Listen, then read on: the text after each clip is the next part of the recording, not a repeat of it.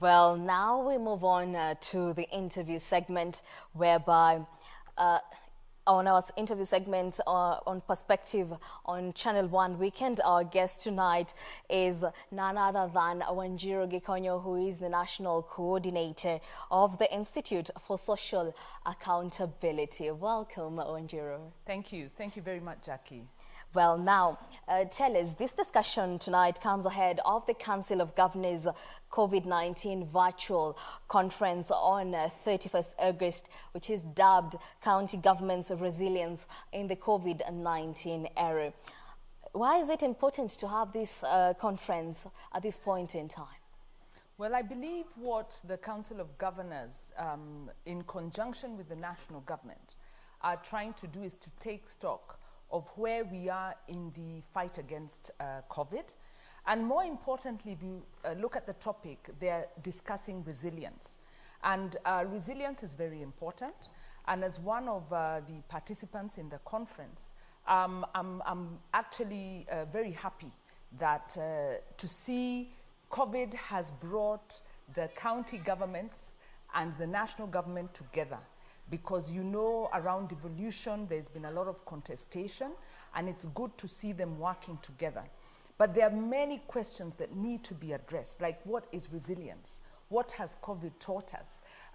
Because if you look at COVID and the countries that have succeeded, there are certain priorities that need emphasis by both levels of government if we are going to talk about resilience in health, resilience in agriculture, resilience in terms of employment, especially for informal workers who are the majority in this country, resilience in terms of cushioning those who are affected by the restrictions around COVID, because people are out of work, people are not able to apply their normal trade, so households are hungry.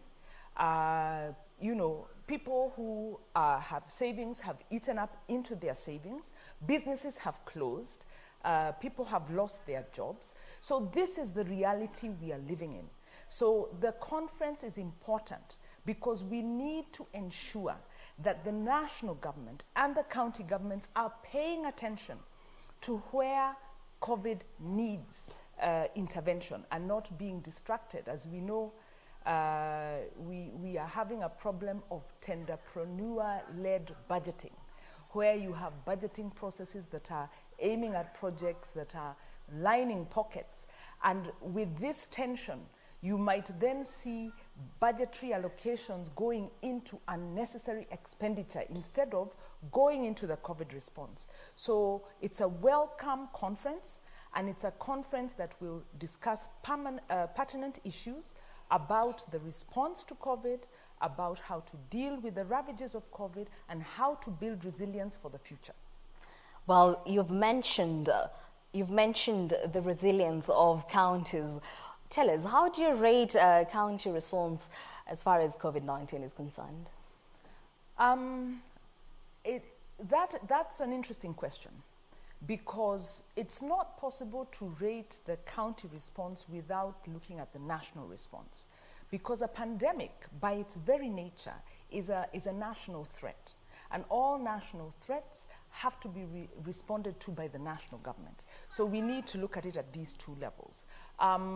So how do we rate the COVID response in the country? I would say we are below par. We've done well, or reasonably well in some regards, but we have wide gaping gaps in others. So we are not out of the woods. And we heard C.S. Matiang'i saying it is far from done. In fact, as a country, we are lucky that the level of infectiousness of COVID in Kenya was below that in countries in the West. We saw what happened in Italy, where the transmission rate was extremely high. It hasn't been such here. Having said that, I think the response has been reasonably good in terms of health preparedness at the national level, at the county level. We started on a back foot, but were quickly able to you know, get to a stage where there was good communication, good attention being paid to what needs to be done in regard to, you know, basic provision, you know, dealing with level of infection. We've had challenges with PPEs, I think, especially at the county level, especially at the lower county level. But, you know, we've seen the health response reasonably good. In terms of what you'd call the social response, of course, we saw the human rights violations. You know, that I don't need to repeat that. That has been a big challenge, especially because it was a sense of government not really being able to communicate to citizens that this is your disease, you have to take responsibility, but also recognizing that citizens act in a particular way because livelihood issues outstrip sometimes the health risks. And so that unbalance was there. So I would say the livelihood side government hasn't really dealt with. And this is where I would then come and say, we have a challenge, because if you look at the scenario right now, the control of budget actually was in the press this week, saying that county governments were supposed to have received 13 billion COVID response in the previous financial year. That money was not released on time, and so counties didn't get this money. You then ask, what are counties preparing with if the money that was specifically for COVID did not get to them? You then also see that we are having a sharing of revenue tug of war. And this tug of war is because there are counties that are going to lose revenue. And you've seen the deliberations were about, we need to increase the amount going to counties in the division of revenue. And they were suggesting it be increased by almost 35 billion. So the reality is that counties are underfunded. And so the response of counties becomes very difficult, because as it is, counties have been working with, you know, threadbare budgets, so to speak. Of course, there's also inefficiency and corruption, which is not tolerable. But in very real terms, when you look at the 2020 national budget, if you look at the report prepared by the Parliamentary Budget Office, they say this is not a COVID budget, because this budget is assuming that with a little bit of money going towards COVID, you know, very small amounts, the economy will take care of the rest, or Kenyans will take care of the rest, to tajisort. Whereas what is recommended is you need a COVID budget that looks at key issues in COVID is the strength of the local level health structures. So you need to put money into local health structures, down to the community health workers. And we've been hearing in the media, community health workers are complaining. They are not being supported. You know, 2,000 shillings a month for a community health worker to do tracking, to do tracing, to do notification, to do sensitization. That money isn't being made available. Making sure the PPEs are there, making sure the reagents, you know, whatever is needed is available at the lower levels. So this hasn't been done.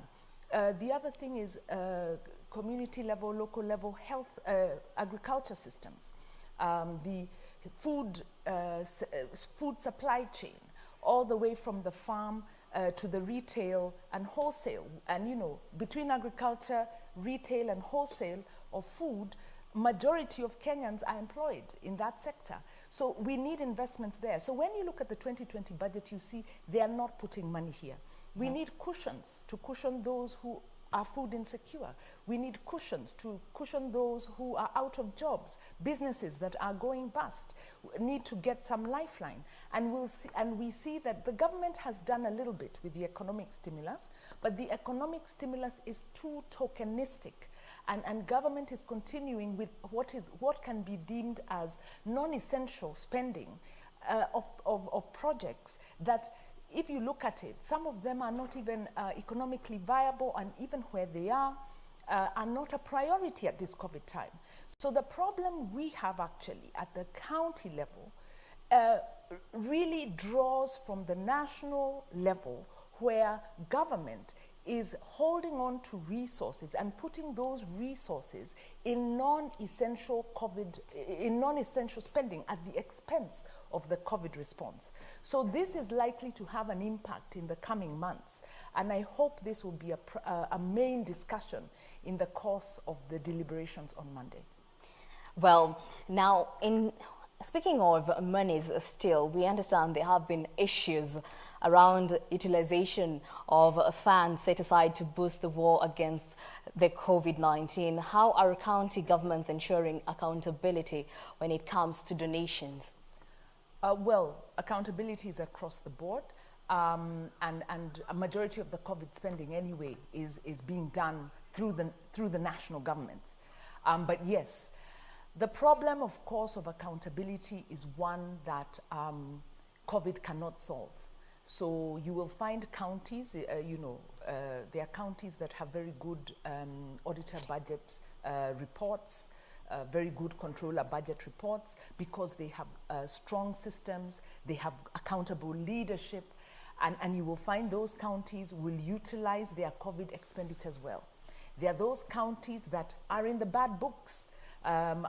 Governors who are presently charged with crimes, financial and economic crimes, corruption, theft. You can expect that those counties will misuse COVID funds. And so I would say that what we as civil society proposed to the ministry is that we need to strengthen the social accountability around COVID funds. We need to set up vigilance structures. Number one, we need transparency. How much money? Where is the money going? Who is the money going to? Access to the procurement information, details on expenditure priorities, but this is not happening.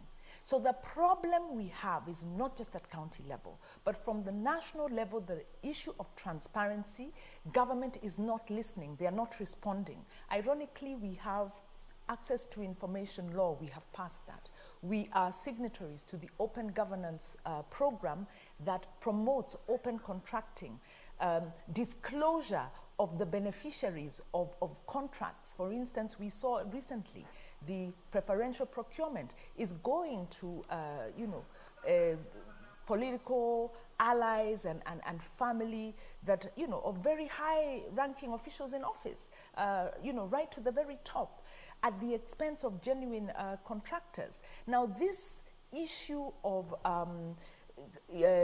corruption in procurement is really enabled by lack of transparency. And so we need the Ministry of Finance guidelines, and we had asked for this and they didn't put it in, to robustly and proactively disclose information and make it actionable when this information isn't disclosed. But now, if the very top is not disclosing, then at the county level, we hope the counties can still disclose proactively.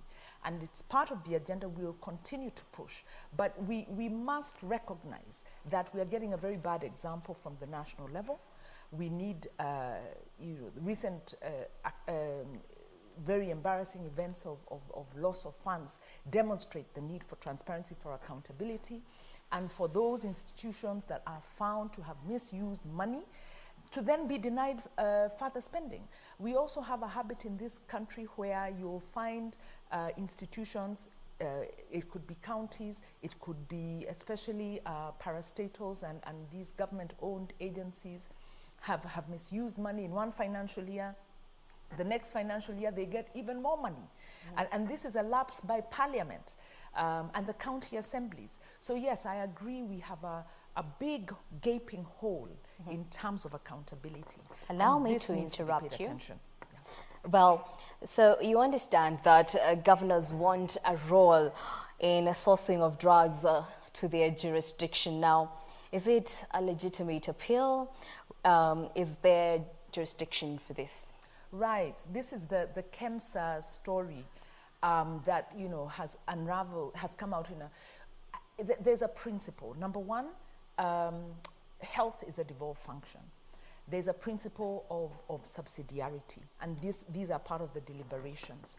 There's also the principle of decentralizing authority. Now, KEMSA itself has been saying that it cannot cope with the demand ever since the amendment was tabled last year and then enacted.